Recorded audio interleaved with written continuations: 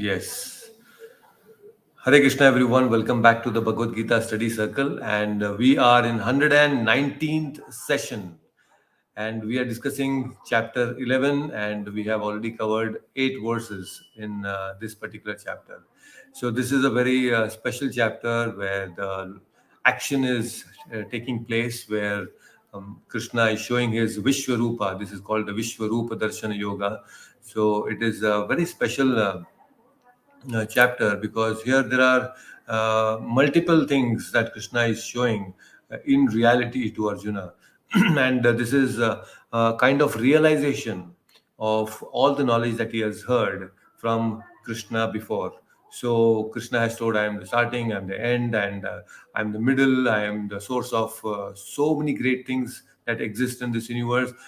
So all that he is able to visualize in this particular chapter, that is chapter 11, where he's seeing. Uh, just hold on. Looks like there is someone waiting. There is a lot of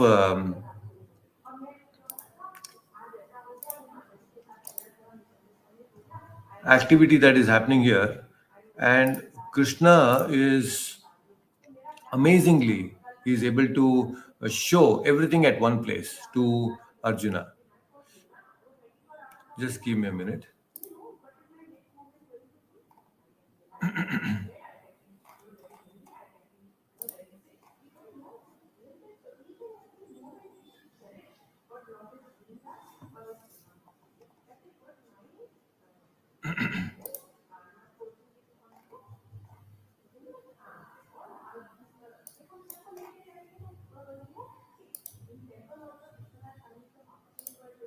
Yeah, I'm just trying out a few things. Just give me a minute.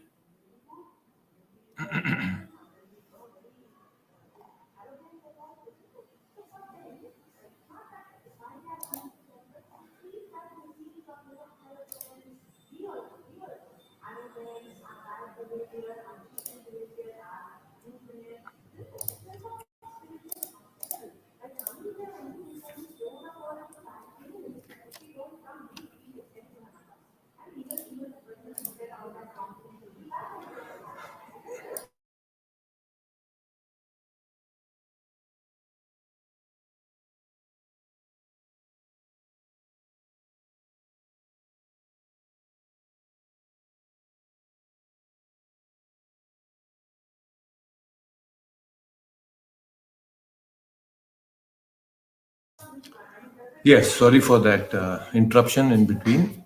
So let's begin with the pranam mantras. You can all chant along with me the pranam mantras, and let's dedicate this session to His Divine Grace A.C. Bhaktivedanta Swami Prabhupada, my beloved spiritual master, and also the founder Acharya of ISKCON. So kindly join your palms, and you can please chant along with me the pranam mantras. Namo Vishnupadaya Krishna Preshtaya Bhutale Srimate Bhaktivedanta Swamin Niti Namine Namaste Saraswate Deve Gauravani Pracharine Nirvishesha Shunyavadi Pashyat Deshatarine Jaya Shri Krishna Chaitanya Prabhu Nityananda Shri Advaita Gadadhara Srivasadi Gaura Bhakta Vrinda Hare Krishna Hare Krishna Krishna Krishna Hare Hare Hare Hare Rama Rama Rama Hare Hare Om Ajnanatimirandasya Jnananjanashalakaya Chakshurunmilitam Mena Tasmai Shri Guruve Namaha. Hare Krishna, welcome back to the Bhagavad Gita Study Circle, and we are discussing chapter 11, and we will begin from verse number 9 today. So we have Dev, we have Hina Mataji, and we also have Vani Mataji joining us. Thank you so much for joining. So this is a very special section where now Sanjaya is about to speak this particular verse. So Dave, you can unmute yourself and let's chant the verse number 9. Sanjaya Uvacha Sanjaya Uvacha Sanjay Uvacha Evam Uktva Tato Rajan Evam Evam Ukva Tato Uktva Tato Rajan Rajan Mahayogeshwaro Harihi Mahayogeshwaro Mahayogeshwaro Harihi Harihi Darshayamasa Parthaya Darshayam Asha Darshayamasa Parthaya Parthaya Paramam Rupamaheshwaram. Paramam Paramam Rupamaishwaram Rupamaishwaram Dave, let's do that once again. Sanjaya Uvacha Sanjaya Sanjaya Uvacha Uvacha Evam Uktva Tato Rajan Evam Ukva Tato Rajan Mahayogeshwaro Harihi Mahayogeshwaro Harihi Darshayamasa Parthaya Darshayamasa Parthaya Paramam Rupamaheshwaram. Paramam Rupamaishwaram. Wonderful. Please read the translation. Sanjaya said, O king, having spoken thus, the supreme lord of all mystic power, the personality of Godhead, displayed his universal form to Arjuna. Hare Krishna. Yes, wonderful. Very nice. So, in the previous verses, we had seen that how Krishna was describing, or rather, he was saying that, oh, Arjuna, now you behold my beautiful form, this divine form. Okay. So, he was giving descriptions of how these Maruts are there, the different uh, Rudras are there, and the Adityas are there. So Vasus are there, the Ashtvasus are there. So he gave the description that you will be able to see all of them in this universal form. And now Sanjaya is narrating this. We know this Bhagavad Gita is actually a conversation between four personalities. That is Sanjaya and Dhritarashtra. And then it is also a description, a conversation between Krishna and Arjuna. So now, Dev, I have a question for you. Tell me, this particular conversation between Sanjaya and Dhritarashtra, when Sanjaya is saying, oh, Sanjaya said, oh, king means Dhritarashtra, he's speaking to Dhritarashtra, this is a live conversation? Is this a live conversation? Whatever he's saying, oh, behold, thus Supreme Lord said, is this a live conversation? Dev, what do you think? Live in the sense like it's recorded in the scripture, right, Prabhu? No, but you just imagine now you are in that time frame of Sanjaya, and now Sanjaya is speaking the live conversation. I mean, it's a live conversation, like Sanjay is speaking this whole thing to Dhritarashtra, like he's seeing what is happening on the battlefield and then explaining to Dhritarashtra live, or what is it? Yes, Prabhuji, live. That's what I remember. You remember? You're sure? And I'm not sure, but You're I not think sure. so. So that's why you should be attentive. So Sanjaya is speaking to Dhritarashtra, and most of us we think that this is a live conversation between the Sanjaya and Dhritarashtra. Now, please remember, Sanjaya is speaking Bhagavad Gita, which is a recorded thing, is not a live conversation. Why it is recorded? He is not seeing this live, it is recorded. Why? Do you remember? Prabhuji, has he heard it before? Correct. He has heard it before. But how and when? So the Uh, battlefield of from Kurukshetra. Uddhav Yeah, ji. please go ahead, Mataji. You were saying something. From Uddhav ji. No, no, no, no. No. That was something How else. many days the battlefield, I mean the Kurukshetra war went on for? 18 days. Okay, let me unmute. Okay. It was for 18 days, correct? Yes, Prabhuji, yes. Okay, just hold on. I'm just trying to unmute all of you. Maybe Vani Mataji has to unmute herself. Okay, so it was for 18 days, right? So now, tell me one thing. When did Sanjaya come to Dhritarashtra? Prabhuji, the first shloka is Sanjaya only, na? When No, it is Dhritarashtra Uvacha, correct? Dhritarashtra asks Sanjaya what is happening on the battlefield. Tell me, what are my sons Correct. doing and what are the Pandavas That doing? Pandava is doing exactly correct. So this Good, must good. have been at the Thanks. start of the war, no? I know you're all churning this now. Very good. Most of us think No, like that. I think it's even before the war starts because Dhritarashtra asks Krishna to see the war. So that's when he says through Vidura's eyes you can see he was given a Divya Okay, Chakshi. so Hina Mataji is That's what I saying that it remember. is the first day of war, and Vani Mataji is saying that it was even before the war, and Dev is saying that no, it is a live conversation. So we should all know. Let us have a recap of what we had discussed earlier. See the 18-day battlefield. Now, here we should know the first 10 days there was a fierce battle, and Sanjaya was in Kurukshetra seeing everything live. First 10 days. The battle went on very fiercely, and he was watching everything live. 10th day, the Bhishma Pata happened. Bhishma fell on the bed of arrows. And that is when Sanjaya said, it is very, very important for me to inform, give this news to Dhritarashtra. So on the 10th day of the Kurukshetra war, that is when Sanjaya goes to Hastinapura. And then when he goes to Hastinapura, there Dhritarashtra is asking, O Sanjaya, धर्मक्षेत्रे कुरुक्षेत्रे समवेता युयुत्सवः मामकः पांडवश्चैव किम अकुर्वत Sanjay. That is what happened. So this is the 10th day conversation. So 10th evening, the 10th day of Kurukshetra war, that evening, 10th day evening is what this conversation between Sanjay and Dhritarashtra is happening. That means you should know that Bhagavad Gita was spoken before the war. That is the first day. So Sanjay has already seen this on the first day. But this conversation between Dhritarashtra and Sanjaya is happening on the 10th evening. You're getting the point? So, what Sanjay is narrating now to Dhritarashtra is he wanted to know, Dhritarashtra wanted to know, tell me everything about the 10 days, that is whatever has happened for the 10 days. So, Sanjay started narrating this from the day one.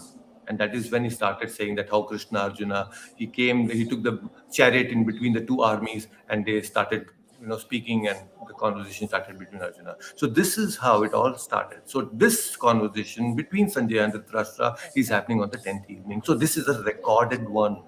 Whatever Sanjay is speaking is not a live conversation. That means it's not a live description. It is a recorded description of Bhagavad Gita. You got the point, Dave? You got understood? Yes, yes, Prabhu.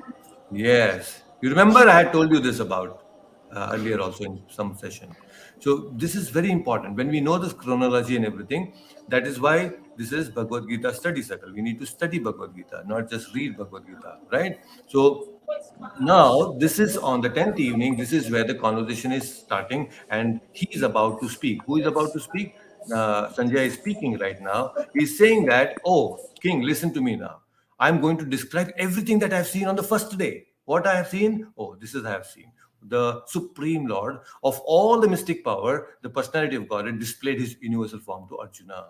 So this is where the description will begin now. So Sanjay is speaking and telling Dhritarashtra, you listen to me now. I am going to reveal everything that I have seen on the first day.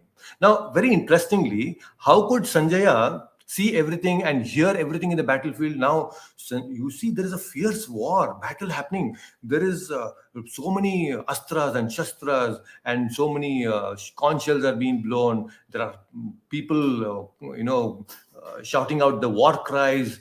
There are so many things happening, and still, how could Sanjaya listen to everything that is going on? The conversation between Sanjaya, Arjuna, and Krishna. How is that happening? How could he hear? And there were so many other things. The weapons were released, and he was all in the midst of that. How he did not get injured? Yeah, it's all because he was actually blessed by Vyasadeva. He was blessed by Vyasadeva to hear and see everything of everyone and still not be injured in the battlefield. That was the special boon that he had got from Vyasadeva. Why Vyasadeva? Because he's the disciple of Vyasa. Sanjaya is a disciple of Vyasa. And he could see, because of the Divya Chakshu, even Sanjaya could see the Vishwarupa Darshana. He could have a wonderful darshan of Krishna's Vishwarupa Darshana.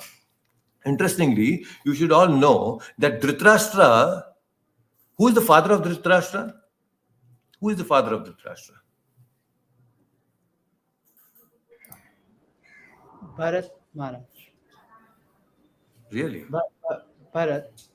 Ba- Dhritarashtra, who is the father? Bharat Maharaj had two sons. Ved Vyasa. Mataji, you got it right.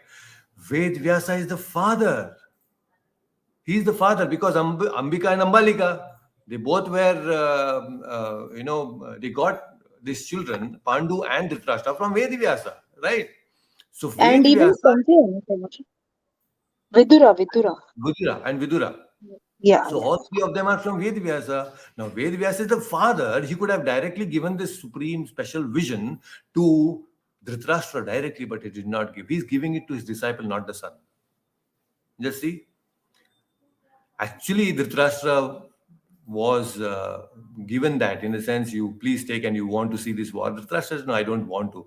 This is how, people, he said, when I could not see the happiness of my children, why should I see them dying? So I don't want this Divya Chakshu. I don't want this special vision. You give it to Sanjaya. And Sanjaya is a disciple of Vedivyasa. And disciple, as a disciple, he was qualified to see the universal form. Dhritarashtra was not qualified. He was blind, not just physically, but also spiritually. Right? So that divine vision was not given to the son, it was given to the disciple. That's why we should also all become disciples. We should all try to become disciples, because that is when the Divya Chiksha and Divya Jnana will come to us. It really doesn't matter that if you are born in a family of a very great personality. Family, being just born in a family of a great personality doesn't make you great. We become great by our qualities, we become great by our character, right? So there were many close associates of Prabhupada, but they were not really great. They were family members also, but they could not become as great as his disciples who are there today, right? Prabhupada's disciples are so great today, more than the family members. So this is exactly what is happening. Vedvyasa is Supreme Personality of Godhead. He has a great disciple, Sanjaya. And although there is a son, but he's not as great as Sanjaya. Right? So we should all try to become disciples and not try to become a family member. That doesn't make us great. So let us try to visualize this universal form. Now, although we know that we cannot visualize, but we can try to visualize, because this is a universal form and it's so difficult to explain. It is just for me also, as I'm reading these verses, it's so difficult to actually comprehend certain things, because how do I describe this? I mean, universal form. I mean, I just have to repeat like a parrot whatever is told in the Bhagavad Gita, whatever Sanjaya is seeing and whatever he has told us. That's exactly what we can repeat. More than that, we cannot even visualize. Even Sanjaya, who is directly seeing that form, he's not able to describe. He's going to reveal that in the next verse. But how can we, who have no idea, we have no experience of that universal form, can explain? So we can just try to analyze these things from the perspective of what the acharyas have told, what Sanjaya is telling in the Bhagavad Gita. Otherwise, it's just a narration that we can do, right? But actually, it is the mercy of Krishna through which Arjuna can see this whole beautiful form. This is very important for all of us. We should know that this form, universal form, cannot be just seen by anyone and everyone. But Krishna is mercifully seeing, giving this darshan to Arjuna. And he is ready to give this darshan to any one of his pure devotees. Not just universal form, any form. You have Nitai Gauranga at home, he comes in that Archa Vigraha. You have Jagannath at home, you will have that direct connection with Krishna because he is in that Archa Vigraha.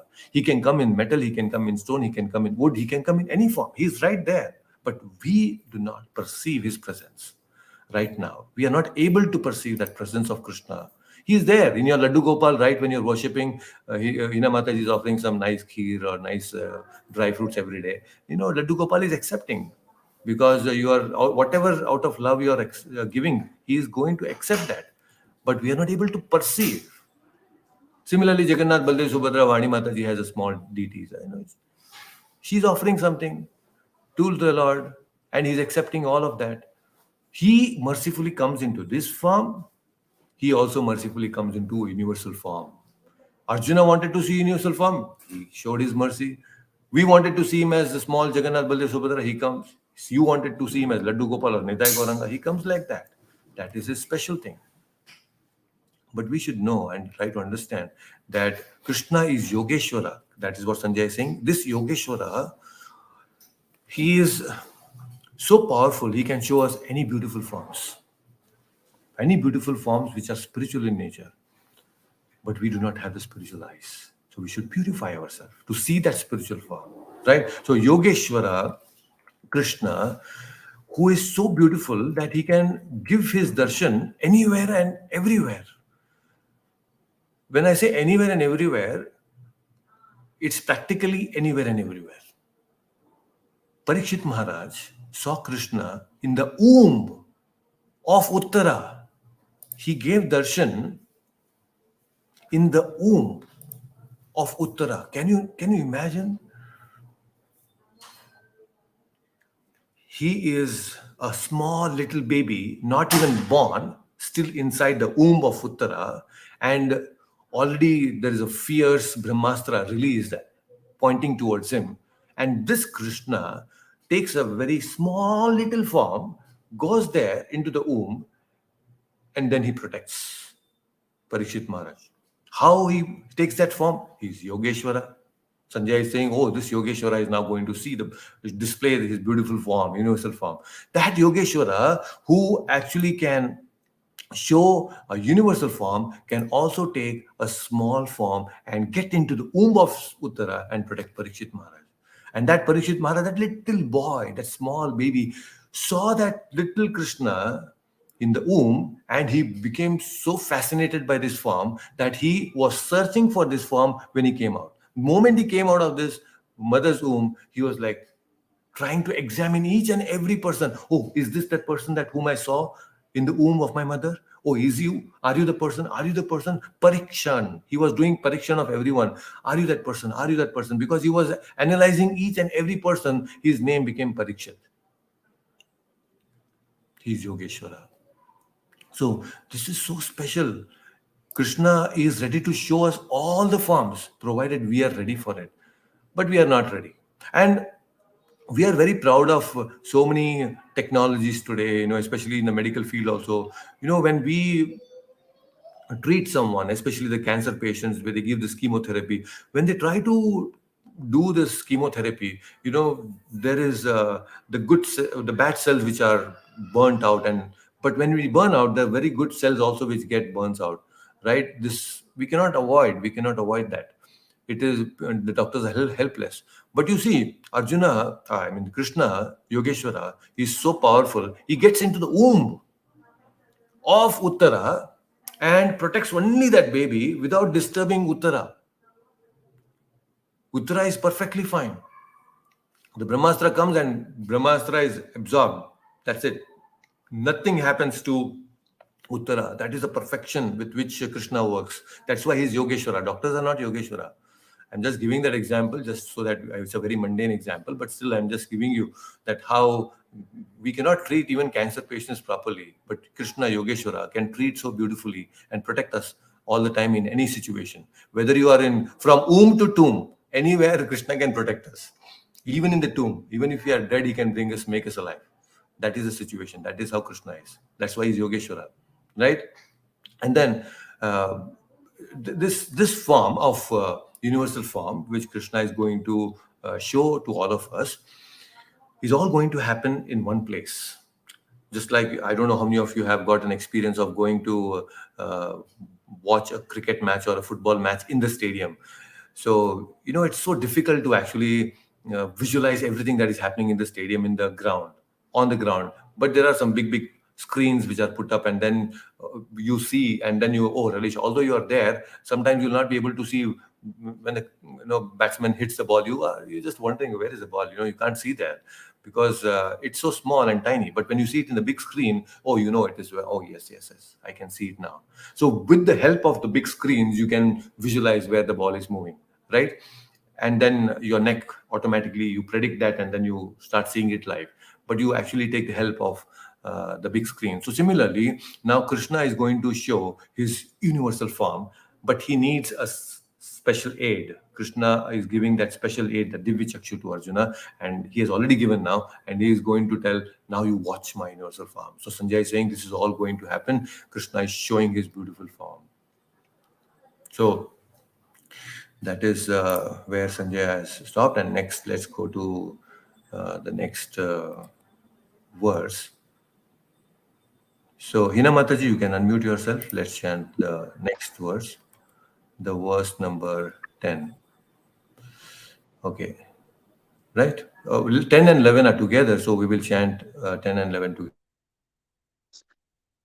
Vatra Nayanam Anekavaktranayanam Anekadbhuta Darshanam.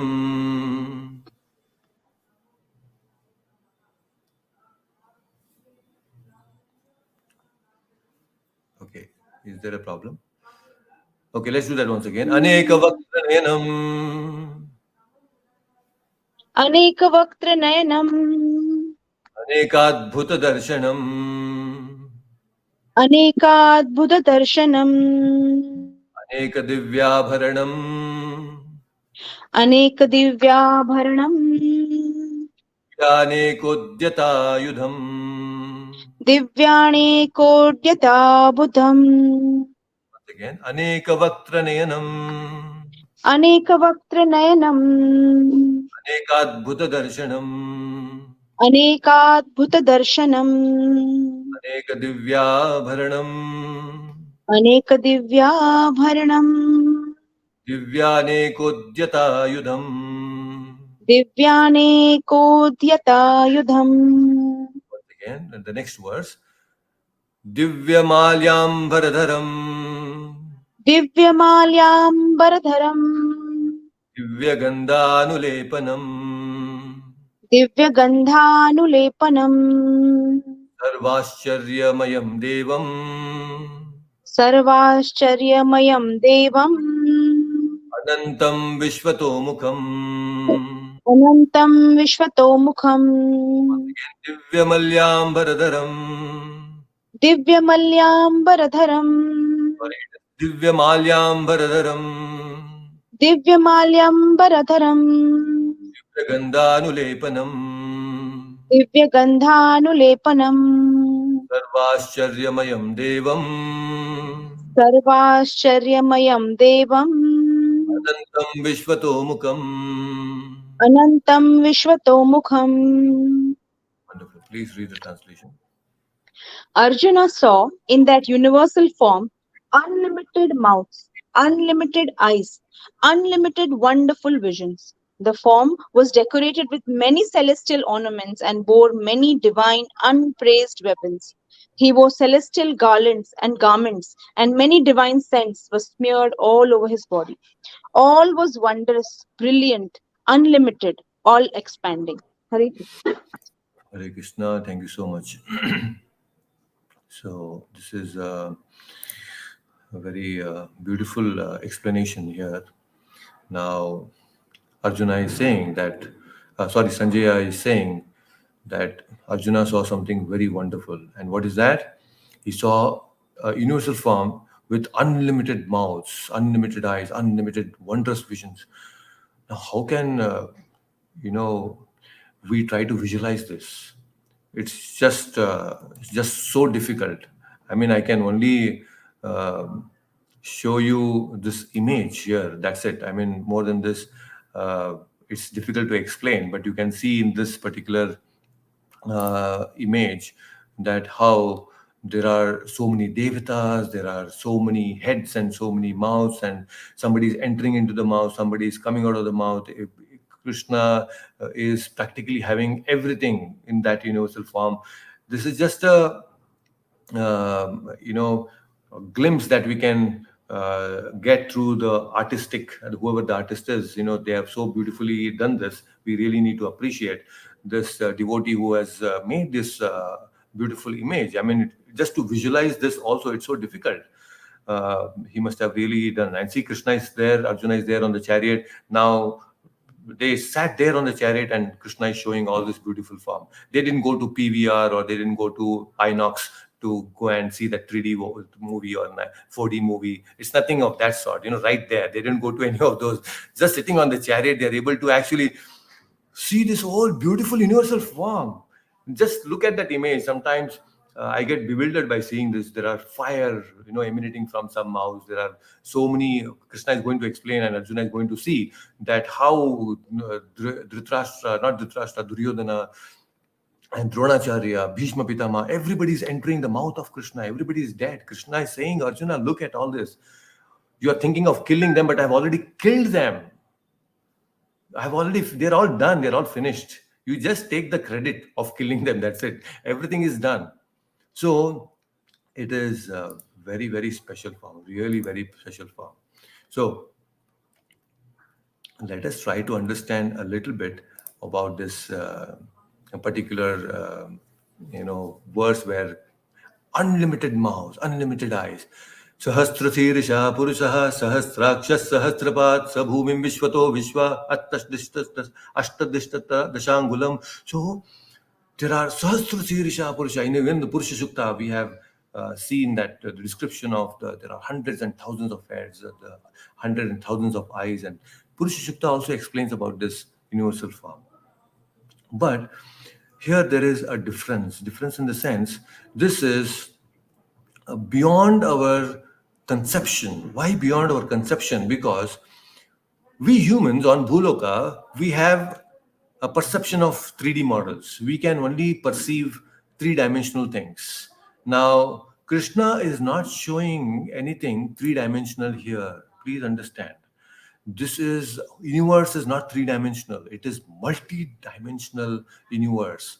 Our Vedas, our scriptures, I've heard this from some devotees also, that there are 64 dimensions in this whole universe. 64 dimensions, and we are just limited to 3D. That's it. Three-dimensional. Sometimes through some special effects we may get some 4D or 5D or whatever. Not beyond 7D or 8D. It's 64 dimensional universe. Now, that's why when Krishna is giving this special eyes to Arjuna, it can give you the perception of all the 64 dimensions or more. But that's how Vedic physics define space and time.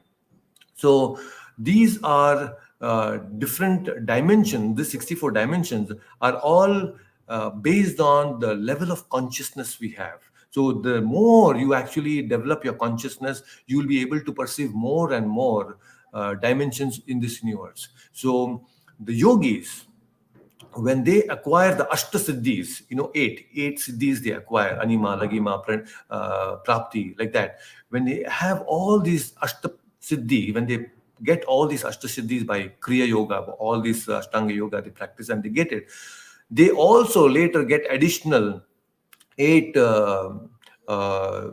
dimensions of experiences. So 8 into 8, that gives them 64 dimensions. So when a yogi obtains all these additional 8 and the primary 8 siddhis and then 8 additional siddhis, the different dimensions, it all gives them a beautiful experience of all the 64 dimensions, and they can actually see what is happening in the higher dimensions. For example, there are Swargaloka, Bhuvarloka, many lokas are there, and all these different lokas have different dimensions. The experiences are different.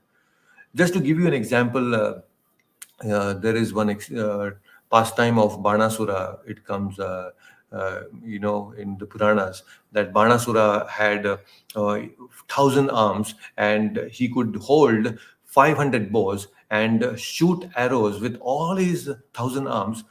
He used to shoot 2,000 arrows. Now, you just imagine, we have 2 hands. You hold one bow and arrow, but there is a person with 500 arms. How can he hold 500 arms? He can have 500 arms and then hold the bows and arrows in each one of them and shoot 200 arrows. How will that all fit? And you have to actually direct all these arrows in one single direction. How is it possible? So this is just not possible in the dimension that we are in. Banasura was in a other higher dimension through which she could do all that. I'm just giving an example. I'm just giving it the phenomena that Banasura's body did not exist in this same plane as we are in. He was in a different time and space altogether. So there are many such descriptions that come in our Puranas where they explain about the higher dimensions. So those things are not possible for us to experience. That's why we are not able to perceive the scientists also. They are not able to perceive what is in the universe because they are just so limited to the instruments that can just diagnose the 3D models, not beyond 3D, right? So we cannot go beyond that. So now these 64 dimensions, this I had heard 64 dimensions when I was in college. One Prabhuji had told me when I was a college student, and he had told me, there are 64 dimensions. And I was trying to understand and more about these 64 dimensions. I don't have still a clear idea and knowledge about these 64 dimensions in detail, but I know a little bit here and there. I still have not got the reference to these particular 64 dimensions, but it is mentioned in Rig Vedas. I need to find the exact source. But then, what are the 64 dimensions? Now, there are divisions in the 64 dimensions. There are 16 kalas. In this 64, there are 16 which are specific to time alone. So 16 types of times are there, time frames are there, and it is headed by Vishnu. And these 16 time zones, we have time zones, right? Indian time zone, the Eastern time zone, the Western time zone. So we have this time zones, right? So similarly, there are 16 time zones, and the controller is Vishnu. And then they define the 16 dimensions, and they are arranged in a specific form. There is a time called para. Para is the topmost, or the head. It is the topmost time zone. The para it is called. There are aparas. The other 15 are like Kala, Mahakala, Kalatiti. There are different types of time zones, like we call it here IST and EST and GST, whatever it is. So these are the time zones. In Vedic terminology, it is Kala, Mahakala, Kalatiti. These are the different time zones. So there are 16 time zones, and each of them represent a different dimension altogether. Then there are about 20 gunas. Now these are the building blocks of matter. Now Kala is a building block of universe. Then the gunas, these gunas, not the three gunas are separate, but there are other 20 gunas which are headed by Brahma. And these are again the different dimensions which the yogi can experience. Then there are 7 lokas above us, like above the bhuloka, there are 7 lokas, and the bhuva loka, the suvar loka. So these lokas also are again different dimensions. Each represent a specific dimension above the bhuloka. Bhuloka is the physical world, which represents the physical world, and it is basically headed by Shiva. And these 7 lokas are the building blocks of life. Then there are these 10 indriyas, the 10 dimensions of perceptions. Perceptions means we have the 5 panchendriyas, and then we have, that is jnanendriyas and pancha karmendriyas. So pancha, eyes, ears, nose, these are all our jnanendriyas. We acquire knowledge. And pancha karmendriyas, our hands, legs, these are our pancha karmendriyas. So these are different indriyas through which we actually perceive knowledge, right? So these are different perceptions. Through perceptions we acquire knowledge, and this is headed by Surya. And the topmost of all these perceptions is smell. It is mentioned in one of the scripture, the topmost is smell. And here exactly, if you see in this verse, Krishna is saying that, okay, sorry. Yeah, he is in the 11th verse, it is a Divya Gandhanulepanam. What does that mean? Here also it is said he was also having garlands and garments, and many divine scents were smeared over his body. I was actually wondering that why out of every other perception only scents are being mentioned here in this verse. Why only scents? But then when I was trying to just going through some references, then I saw, oh, here it is. So the sense of smell is one of the topmost perception out of all the perception. The perception of smell is the topmost. Oh, then I understood, because Krishna, whenever he speaks, he gives the topmost when he describes himself or gives the description of the topmost. So uh, that is one, that dot got connected today. When I was just thinking about it, Krishna is so merciful. He immediately connects. When you actually go to the deities, when you have some confusion, you go to the deities and pray, I want to know about this. Mystically, very nicely, Krishna gives certain answers in different ways. So you get the answers like that. And that is how, you start connecting all the dots, and the bigger picture starts appearing before you. So although we may not be able to see the whole universal form, but when you start connecting all these dots, you know that, oh, this is something very special, right? So this Krishna is explaining, like I told you, now there are 64 tan matras. There are now 10 indriyas, and then there are pancha tan matras. What are tan matras? Tan matras are the five elements: the earth, water, fire, air, ether. And out of all these, ether is the subtlest of them, and it consists of sound. Ether, I have explained this before also. Sound is the creative force. Sound is a creative force. And all these five elements, earth, water, fire, air, ether, they have sound in them. They have sound in. Sound is a common element, common feature, common characteristics in all these five elements. Ether has sound. When the in the space, when the NASA or ISRO, they are sending the satellites, they are able to get some sound vibration. Recently, it's a big news. We are getting some sound vibrations from different planets. Looks like some aliens are trying to communicate with us.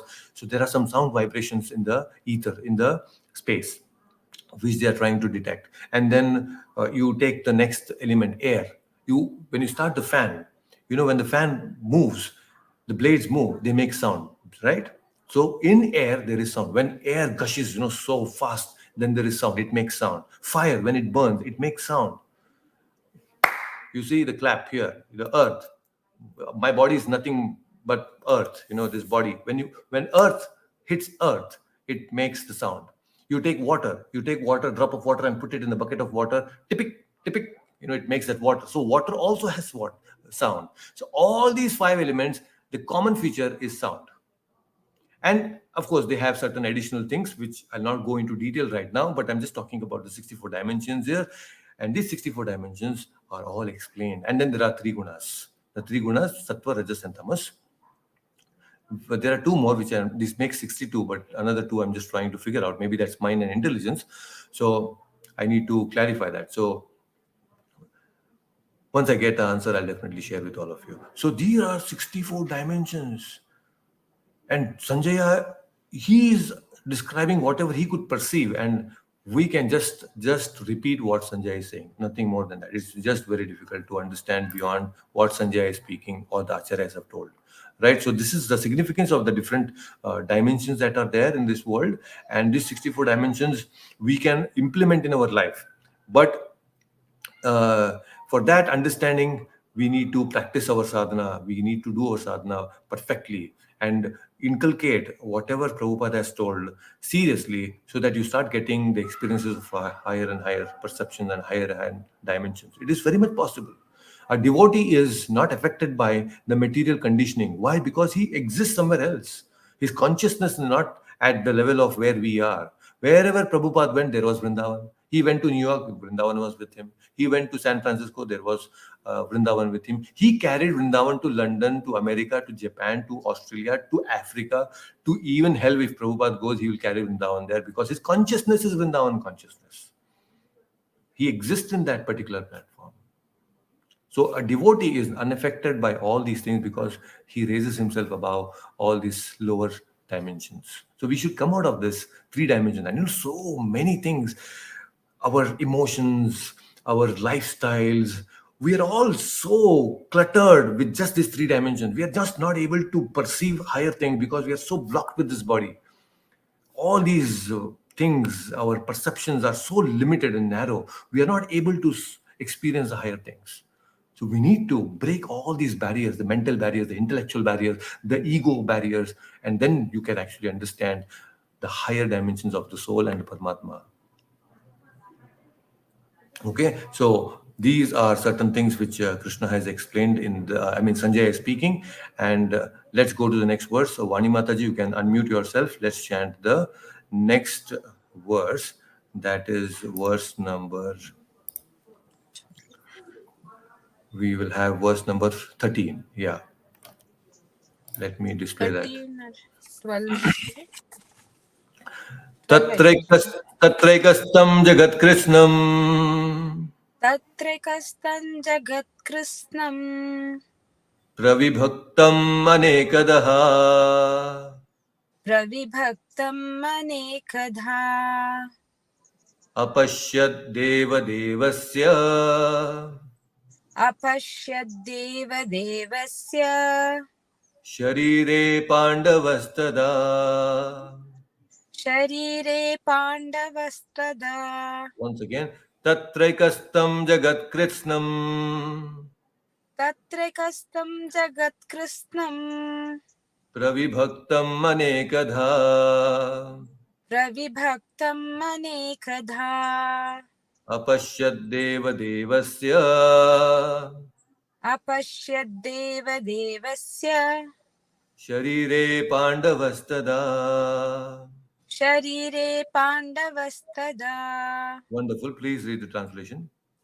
At the time, Arjuna could see in the universal form of the Lord the unlimited expansions of the universe situated in one place, although divided into many, many thousands. Yes, thank you so much. So,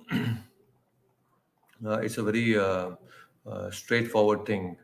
You know, sometimes it becomes. I Prabhu, think sorry, we, did we miss the 12th one? yeah, yeah. I think we missed the 12th one. Let's go back to the 12th one. I just missed the 12th one. Yeah, that's what I I thought. think, yeah, it was 10 and 11, and we missed the 12th one. So let's chant the 12th verse. Sorry for that. Let's chant the 12th verse. Divi Surya Sahasrasya Divi Surya Sahasrasya Bhaved Yugapaduttita Bhave Dyugapaduttita Yadi Bha Sadrishi Sasya Yadi Bhasadrishi Sasyad Bhasastasya Mahatmanaha. Bhasastasya Mahatmanaha Once again, Divi Surya Sahasrasya Divi Surya Sahasrasya Bhaved Yugapaduttita Bhave Dyugapaduttita Yadi Bha Sadrishi Sasyad Yadi Bhasadrishi Sasyad Bhasastasya Mahatmanaha. Bhasastasya Mahatmanaha. Wonderful. Please read the translation. If hundreds of thousands of suns were to rise at once into the sky, their radiance might resemble the effulgence of the Supreme Person in the universal form. Yes, thank you. So now, this is a very interesting verse. Krishna is saying that if, Sanjay is saying, if thousands of suns, if they all rise together, then that could be, or that might be, the effulgence that is being displayed in this universal form. So he's not saying thousands of suns could actually match the illuminance that is coming out of this universal form, but it might come close, is what Sanjay is saying. So this is a very uh, a nice metaphor that Sanjay is using, because he's unable to describe. He's just saying it's just difficult to describe. So he's just using this metaphor and saying, comparing the light, the brilliance coming out of this universal form to the hundreds and thousands of suns that can emanate so much of light. So it is called utpreksha in Sanskrit. Utpreksha is a metaphor fancy. You know, it's been compared here like thousands of suns could probably match the radiance that is coming out of uh, universal form of Krishna. So sometimes when you are not able to explain certain things, you need to give a metaphor so that we can understand better. what Sanjay is saying is basically it is unlimited, but just for you to get an understanding that how much that brilliance was there, unlimited brilliance, when he mentioned earlier that unlimited brilliance you cannot comprehend. So because you need to get some understanding, I'm just giving you a metaphor of thousands of suns, so that you can, oh yes, one sun I cannot see. The power of one sun. You just go into the bright sunlight and you want to see this bright sun. It is so difficult. You just squint your eyes and you just will not be able to see the sun. It's difficult, not even for a 2 second, right? So now imagine thousands of sun together. Oh yeah, that means that radiance was really brilliant. Because I have an experience of sun. When Sanjay says thousands of sun, oh, then you know that, oh, thousands of sun means it is too much. Once Prabhupada also was giving a session, and then in the session he was explaining about the spiritual world, and there was a hippie who was also attending this session of Prabhupada. And then after the session, when there was a Q&A, then this hippie, hippies, it's a very initial day. So hippie, he asked Prabhupada, how is this Vaikunta? What is this Vaikunta all about? How does it look like? Or he asked about Vaikunta. He wanted to get the description of Vaikunta. Now Prabhupada looked at this hippie and said, Vaikunta means it is an ocean of LSD. Prabhupada says. It's an ocean of LSD. Now, LSD is a drug, and hippies were so much into drugs. He can only relate to drugs. Prabhupada said, it's an ocean of LSD. So he could, Vaikunta means it's an ocean of bliss, because they had an idea that, okay, if I take LSD, I'll go into a trance. I'll get that bliss by taking LSD. So Prabhupada said, there is unlimited bliss there. So it's the ocean of LSD. If Prabhupada would have told, there it's a Vaikunta and there are Chaturbhuja forms there are people who have, there are Surbi cows, there are Kalparuksha trees, he will not be able to connect. What he can connect is LSD. So, similarly, when you give some metaphor like that, examples like that to people, you should give something which they can connect to. So Sanjay is saying to Dhritarashtra, now Dhritarashtra, Papa, he has not even seen the sun because he is blind. But he knows, because he's also heard so much. He's got a lot of jnana, because he's been hearing since childhood from Vidura so many wonderful things. So he has jnana about sun and moon and the day and night. All that experience is there, although he's blind. But he has not physically experienced the sun. But he knows that sun is very powerful, because he, at least through the sparsha, he gets the sunlight, and through the sunlight he knows that sun is very powerful. So Dhritarashtra is just trying to give some analogy and metaphor here so that we can understand. So to see Krishna, we need to remove that illusion from our eyes. Many times when we are affected by the cataract, our vision becomes blurred. We don't see things as they are. But when the cataract is removed, we see things as they are, very clear, right? So right now, we are not able to perceive what is universal form. We are not able to perceive even the small deities that you have at home to be as Krishna. It's because we have that cataract of that false ego, the cataract of so many impurities. So when all these are taken out, we get treated properly from a proper acharya, from a great acharya like Prabhupada.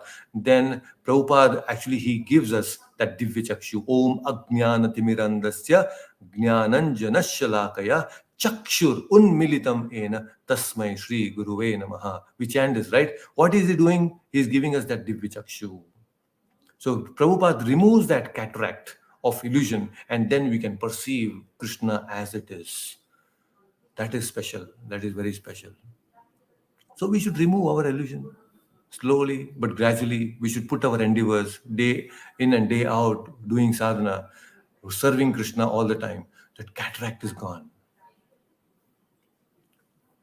Very beautifully, all these illusions will be gone. Our mind becomes clear. Then we can see things as they are. So that is in the 12th verse. And in the 13th verse, which we read, so sitting on the same chariot, Arjuna could see all of this. and everyone else in the battlefield could not understand what is happening between Arjuna and Krishna. They could not really, they were seeing Arjuna and Krishna talking, but they could not see all that is happening there. The Divya Chakshu was only given to him. None of them, others, who were there on the battlefield, could not experience other than Sanjaya. So, this is what will happen to us. Krishna will be right before us, but we'll not be able to perceive. We'll be seeing we go to the temples and see Radha Krishna, we'll be seeing the different forms of Krishna. And we see Krishna there, but we do not perceive him as Krishna. Why? Because there is a cataract. We are not able to understand that. Just like so many people were there on the battlefield, they saw Krishna, they could not really see Krishna. They were seeing Krishna, but they really did not see Krishna. So same thing happens to us. When we go to the temples, we see Krishna, but we really don't see Krishna. But the pure devotees, when they go to Krishna, they say, oh, here is my Lord. Oh, my Lord is eating something. My Lord is nicely enjoying the fanning of the devotee, who is fanning. My Lord is accepting the arti. My Lord is accepting the flowers. So the pure devotees see like that because the cataract is removed. So these are all higher and higher principles. As we become more and more spiritually advanced, we will also be able to perceive these things. We all will be able to perceive. It's just a matter of time. So we should patiently follow what Prabhupada has given, and everything will fall in place. Okay, so Vinodji is here. Vinodji is not here. So Dave, you can unmute yourself. Let's chant the next verse. Yes. Okay, so let's chant the next verse. Yeah. Yeah. 14th verse. Tatassa vismaya. Once again. Tatassa vismaya vishto. Tatha sa vishmaya vishto. Rishtaro dhananjaya. Rishtaroma dhananjaya. Pranamya shirasha devam. Pranamya shirsha devam.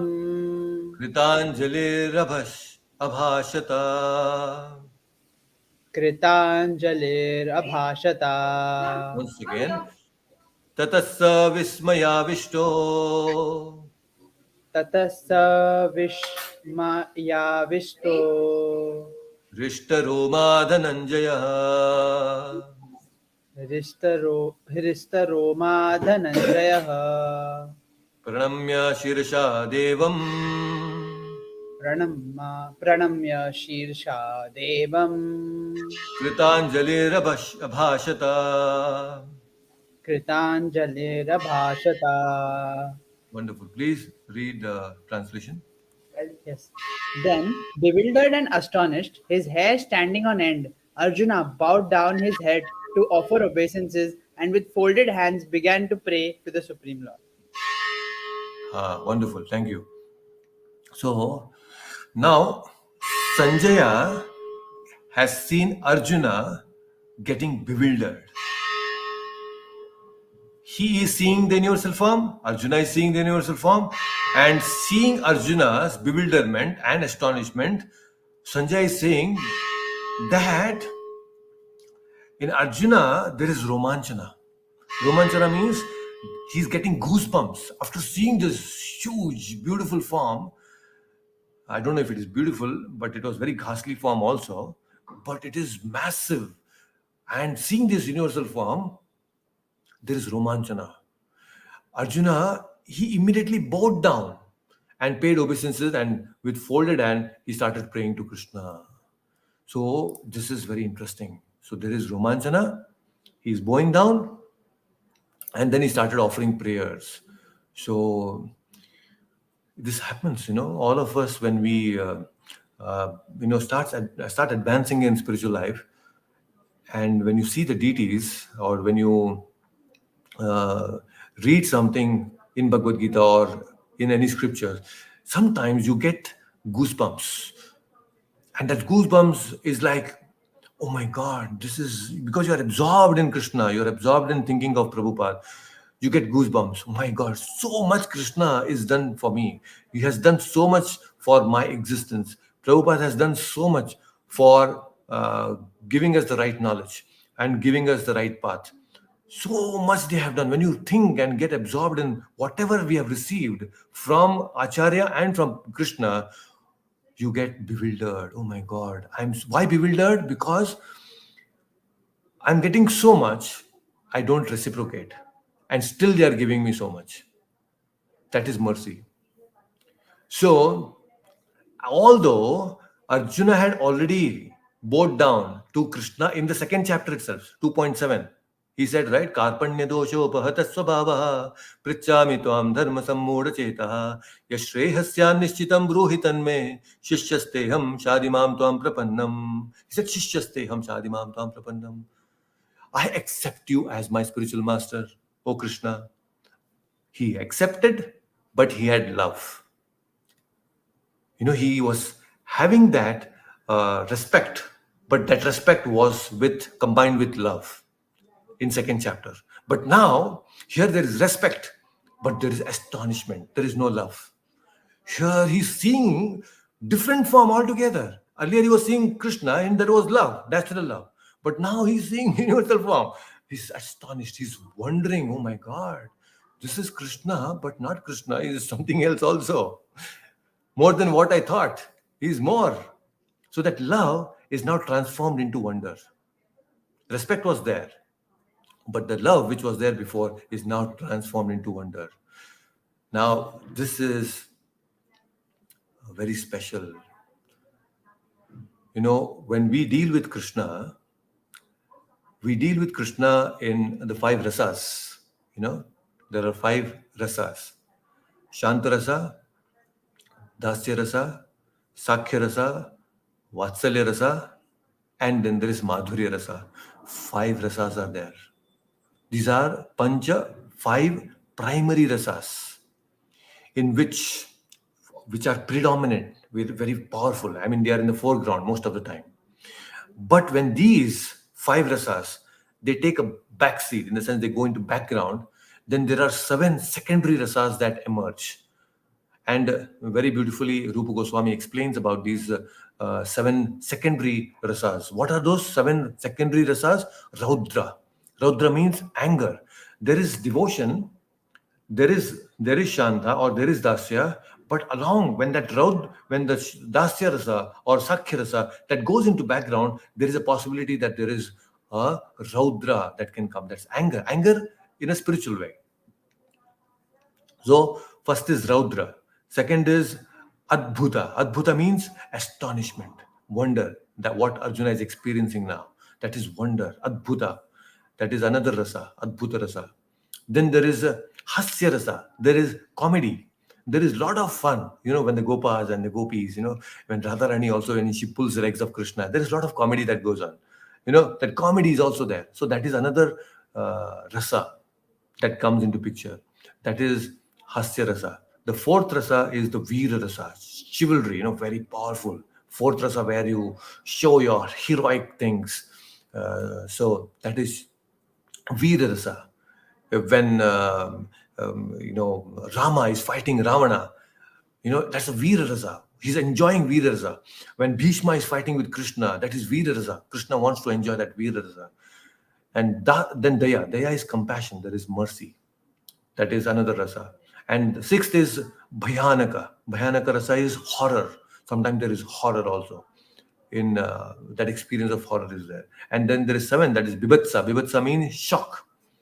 Sudden shock that you get. So these are seven secondary rasas. Raudra, there is Adbhuta, there is Hasya, Veera, Daya, Bhayanaka, and Bibhatsa. So all these are secondary rasas which a devotee can experience when the primary five rasas take a background. They go into background. These seven rasas may come out. So what is that Sakhya rasa of Arjuna goes into background now, and then there is Adbhuta rasa that comes forward when he sees this universal form. He's seeing this universal form. Very, very powerful. And he's getting that romanchana. His body is shivering. His body is like, oh my God, this is very special. And the sixth verse of uh, Shikshastakam, Chaitanya Mahaprabhu's only 8 verses in written format is the Shikshastakam. In that sixth verse, Chaitanya Mahaprabhu says, Nayanam galada shrudharaya, Vadanam gadgada ruddaya gira, Pulake nishitam vapukada, Tavanama grane bhavishyati. So, Nayanam galadashrudharaya, Vadanam gadgadaya ruddaya gira. Gadgada, your whole body trembles in astonishment. Your hair on the body, they stand on the end. Romanchana happens. So Chaitanya Mahaprabhu is, he's praying, when will the tears in my eyes will flow like waves, taking the names of the Supreme Lord? When will my voice tremble in ecstasy? When will my hair stand on my body while chanting the holy names? Pulake nichitam vapugata tava namagrane bhavishyati. So, by taking the names of Krishna, we can experience that romanchana. Actually, it happens when you involve yourself deeply, completely absorbed in Sankirtana, then you can get that romanchana. That experience will be there. So, you should get absorbed. Everything is about how deeply you are absorbed. Then you get that spiritual. It's not simply a physical thing. Spiritual life is much beyond the physical thing, physical experiences. So, this is what Krishna has given to Arjuna in this verse. And now, see, Arjuna, when he saw this universal form, he got into the astonishment mode. He went into that Adbhuta form, Adbhuta Rasa he was experiencing. But these Gopas, no, the Gopas or the Gopis or Brajabasis for that matter, when Krishna does any great thing, he kills an asura, he lifts the Govardhan. Great thing. It's not an ordinary thing. Lifting Govardhan is not a small thing. Or he kills one demon, big demon like Agasura, the Putana, like a small child. He swallows the fire, the forest fire. He does many great Adbhuta things. But, and Mother Yashoda also, she sees the universal form in the mouth and she's thinking that, oh, it's my illusion. They don't consider that Krishna is God. Even Krishna, although he shows them that Adbhuta, very powerful forms, they don't get into that kind of acceptance that Krishna is the Supreme Lord. They just don't accept him as the Supreme Lord. They only think, oh, he's my friend. He's my Krishna. The gopis are saying, he's my friend. He's my boyfriend. And Mother Yashoda is saying, he's my son. My Krishna, my friend, my boyfriend, my son. They only consider Krishna as mine. That's it. That is why there is no change in their mood. They don't, even though they see these Adbhuta forms and very heroic things that Krishna performs, they don't consider him as God. They consider him as, oh, he's my son, he's my friend. That's it. That is the mood of the Gopas. That is the highest form. That is the highest thing. So now Sanjaya has spoken his set of things. He has given this description and he is saying now, this is what Arjuna is praying. So Arjuna's prayer will start in the next session. 120th session, Arjuna's prayer will start. Arjuna is now going to offer his prayers. And what his prayers are, that we will understand in the next session. If you have any questions, you can feel free to ask. So, Adbhuta, isn't it so nice? You got some Adbhuta knowledge, right, Dev? It is so fascinating not to know Bhagavad Gita. It's like this. Yeah, yes, Prabhuji. Yeah. The journey is also very fascinating from right the beginning. Yeah. It was not something like sudden. It was very gradual and never came to know when the change took place. The journey of, you're talking about your journey or Arjuna's journey? The journey of us listening to Bhagavad Gita from the Acha. beginning. Acha, okay. Yeah. So that's true. I mean, it's been more than 2.5 years that we are listening to Bhagavad Gita now, right? And Yes, we are still not done yet. I mean, we are still going on. So Prabhuji, it is. three years I think. Oh yeah, it's 3 years now, and we are still in 11th chapter. If anybody else would go, my God, isko chodo. No, no, 11, no. 3 years, just 11 years, 11 chapter, and still another. We have 7 more chapters to go. So three So more yeah, it's a years, long Prabhu. journey. What's that? I said 3 more years, a good association with a Vaishnava. Yeah, 3 more years. Hopefully, you'll all have that much patience to hear, and I'll have the patience to speak.